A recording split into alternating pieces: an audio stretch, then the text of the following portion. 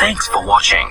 Don't forget to like, comment, share and subscribe to Aflah media. الحمدللہ رب العالمین۔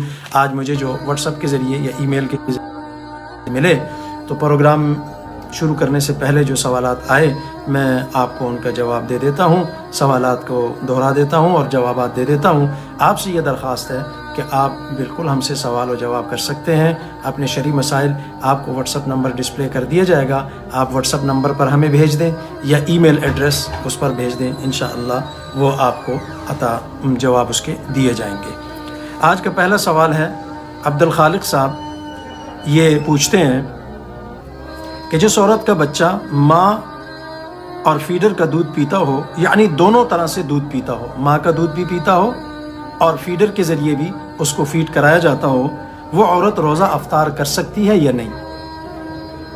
اس کا جواب فقہاء کرام یہ دیتے ہیں، اگر کوئی متبادل بندوبست کسی بچے کی ماں کے لیے اپنا دودھ پلاتے ہوئے موجود ہے تو پھر وہ اس صورت کو اختیار کرے، متبادل کو اختیار کرے، اور اگر ایسا نہیں ہے، اس کو اپنا دودھ ہی پلانا ہے اور دودھ پلاتے ہوئے اس کو جسم میں کمزوری واقع ہوتی ہے، کافی کمزوری واقع ہوتی ہے، تو پھر اس صورت میں وہ روزہ قضا کر سکتی ہے، وہ افطار روزہ نہ رکھے اور وہ جو روزہ اس کا چھوٹ گیا ہے اس روزے کے بدلے میں وہ آنے والے جب بھی اس کو اللہ موقع دے رمضان کے علاوہ تو وہ اس کی قضا کر سکتی ہے۔ دوسرا سوال علی احمد صاحب مانسیرہ سے پوچھتے ہیں کہ کیا روزے کی حالت میں پان، تمباکو وغیرہ استعمال کیا تو اس سے روزے پہ فرق پڑتا ہے؟ حالت روزہ میں تمباکو اور پان استعمال کرنے سے کیا روزے پہ فرق پڑتا ہے؟ علی احمد صاحب، پان تمباکو کے استعمال سے روزہ ٹوٹ جاتا ہے۔ حالت روزے میں اگر کسی نے پان استعمال کیا یا تمباکو استعمال کیا، چونکہ اس کے ذرات، اس کا ذائقہ وہ حلق سے اترتا ہے اور یقینی ہے اور وہ نیچے تک جاتا ہے، اس لیے اس سے روزہ ٹوٹ جاتا ہے۔ ایسے شخص پہ کفارہ بھی واجب ہے، فقہاء کرام کی یہی رائے ہے اس بارے میں۔ تیسرا سوال ہے ڈاکٹر عائشہ مظہر صاحبہ جہلم سے پوچھتی ہیں کہ آج کل کے جدید مشین کے ذریعے، آج کل کے دور میں جدید مشین کے ذریعہ معدہ کے مرض کی شناخت کے لیے منہ کے ذریعے مشین کو پائپ کے ساتھ معدے میں اتارا جاتا ہے، ہماری رہنمائی فرمائیں کہ کیا ایسی صورت میں روزہ باقی رہتا ہے؟ آپ سوال سمجھ گئے ہوں گے کہ آج کل انڈوسکوپی یا اس طرح کی چیز معدے کی امراض کو جانچنے کے لیے پائپ کے ذریعے حلق سے ایک مشین کو اتارا جاتا ہے، اور کبھی کبھی اس میں دوا کا استعمال بھی ہوتا ہے، اور کبھی کبھی اس سے اندر سے گوشت کا لوتھڑا بھی نکال کے وہ چیک اپ کے لیے وہ چیرتا ہے، لاتے ہیں۔ تو اس کے بارے میں جواب یہ ہے کہ فقہاء یہ فرماتے ہیں کہ دیکھا یہ جائے گا کہ اگر مشین کے ذریعے معدے میں جو کچھ اتارا ہے اس میں دوائی وغیرہ ہے کہ نہیں ہے، یعنی معدے کے اندر کوئی چیز ٹھہرنے والی تو نہیں ہے۔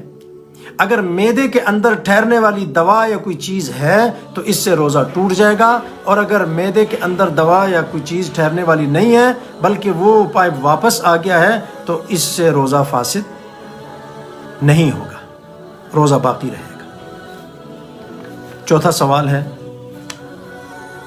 محمد خان صاحب ہیں مردان سے، سوال کرتے ہیں کہ میری والدہ بیمار ہیں اور ڈاکٹروں نے جو دوا دی ہے اس میں الکحل ملا ہوا ہے، کیا ایسی دوا کا استعمال جائز ہے؟ محمد خان صاحب، مریض کے لیے علاج کی غرض سے ایسی دوا جس میں الکحل ملا ہوا ہو اس کا استعمال جائز ہے۔ نجیب اللہ صاحب راولپنڈی سے سوال کرتے ہیں کہ کرونا وائرس کے خوف سے کسی مسلمان سے ہاتھ نہ ملانے سے کیا ہم گناہگار ہوں گے؟ نجیب اللہ صاحب، کرونا وائرس ایک وبا ہے، اطباء، علماء، مشائخ وہ یہ فرماتے ہیں کہ اس وقت دو کام کرنے کے ہیں، ہمارے حضرت بھی فرماتے ہیں دو کام کرنے کے، ایک احتیاطی تدابیر، اس وبا سے انکار نہیں ہے، یہ ایک آفت ہے، ایک وبا ہے، اس میں شدت کتنی ہے اس پر بحث ہو سکتی ہے، لیکن یہ وبا ہے۔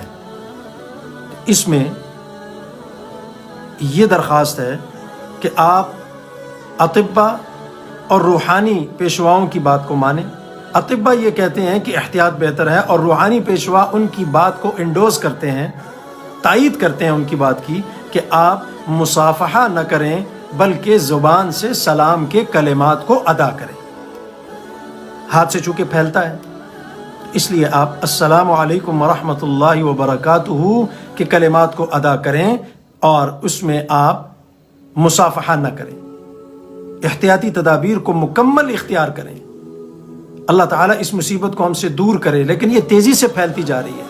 اور آپ نے جس علاقے سے سوال کیا، راولپنڈی سے، وہاں اس وبا کے بارے میں جو اطباء اور ڈاکٹروں نے جو رپورٹیں دی ہیں، جو ہماری نظروں سے بھی گزری ہیں، وہ بہت تیزی سے پھیل رہا ہے. کیسز بہت تیزی سے آ رہے ہیں. اس لیے خوف میں مبتلا نہیں ہونا.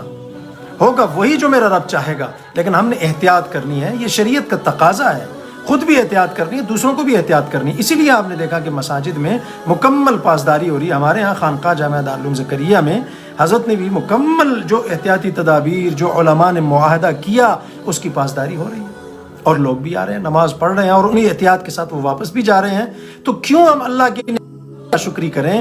جب اللہ نے ہمیں زبان دی ہے اور زبان سے ہم سلام کر سکتے ہیں دور فاصلے سے، تو پھر ہاتھ ملانے کی ضرورت نہیں ہے. اللہ جل شانہ آج کا روزہ ہم سب کے لیے خیر، رحمت، برکت اور سلامتی کا بنائے، اور سامعین کو اور ہم کہنے والوں کو اللہ تعالیٰ اپنے پیارے حبیب صلی اللہ علیہ وسلم کی اور اپنے اولیاء اور مشائخ کے بتلائے ہوئے طریقے کے مطابق رمضان المبارک کو گزارنے کی توفیق عطا فرمائے.